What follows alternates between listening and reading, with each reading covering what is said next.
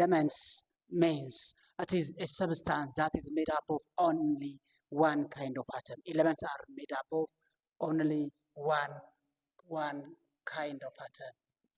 One kind of atom. Elements cannot be broken down into simpler substance or simpler forms because they are made up of only one kind of atom or a single atom. Cannot be broken down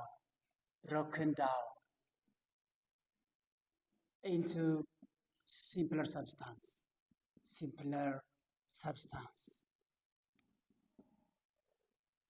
And these elements can be, there are over 118 elements which discovered and known up to now. From these 118 elements, 92 of them are naturally occurring. 92 of them are naturally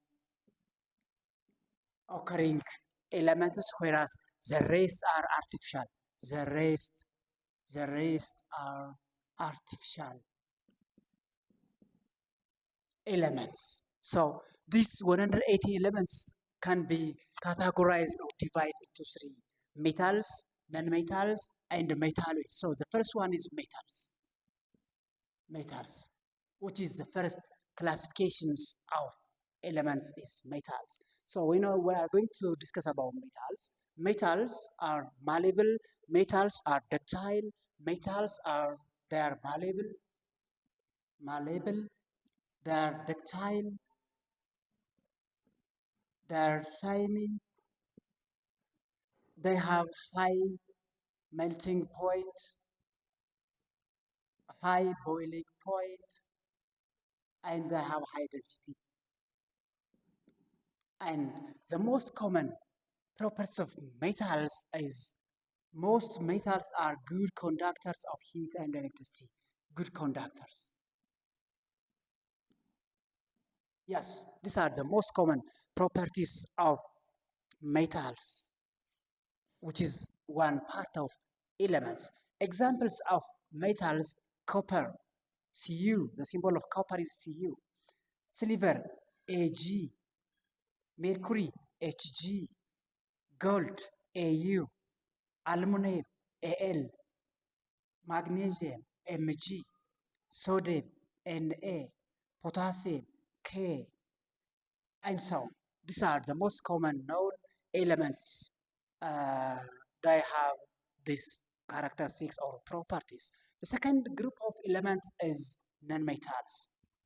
Non-metals. Non-metals are parts of elements and their property is opposite of these metals. Non-metals are poor conductors. They are poor conductors. Non-metals are poor conductors. They are not malleable. Non-metals are not malleable. Non-metals are not ductile. Non-metals are not shiny. And non-metals have low melting point, boiling point, and they have low density. Examples of non-metals: they have low density. They have low melting point. They have low boiling point. Non-metals. And the other one, non-metals are not malleable, they are not ductile, they are not shiny. They are not what? Malleable. Non-metals are not malleable. They are not malleable. They are not ductile. They are not shiny. They are not what? Good conductors of heat and electricity. Rather, they are poor conductors. Examples of non-metals: the most non-metallic elements are gaseous elements such as hydrogen, carbon, nitrogen, oxygen, and salt makers. They are found in group 7 on the modern periodic table. They are fluorine, bromine, iodine, astatine. All of these elements are said to be non-metals. And the third classes of elements is metalloids.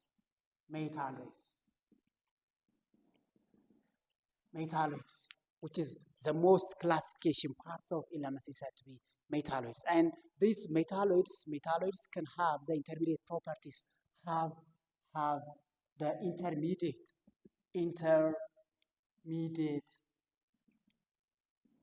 properties of metals and non-metals. Metals and metals and non-metals. Yeah. Metalloids have the intermediate properties or the intermediate characteristics of what and what?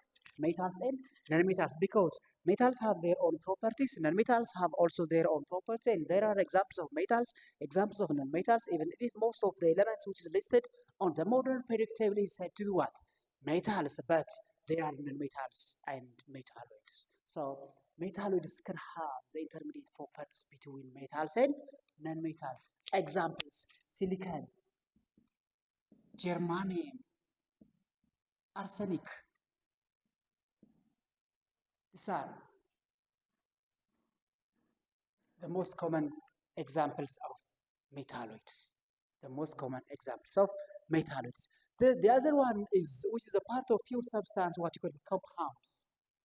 Compounds. Yes. Compounds, as you have learned in the lower grades about compounds. Compounds is a form of pure substance that is made up of the combinations of two or more than two different elements in a chemical process, or in a chemical means when two or more than two different elements react with themselves in a chemical process, they produce a new substance. What you call it? What? Compound. So compound is a new substance. A new substance. Substance formed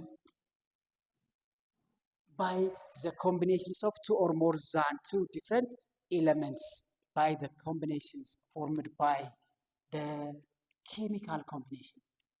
Chemical combination of two or more than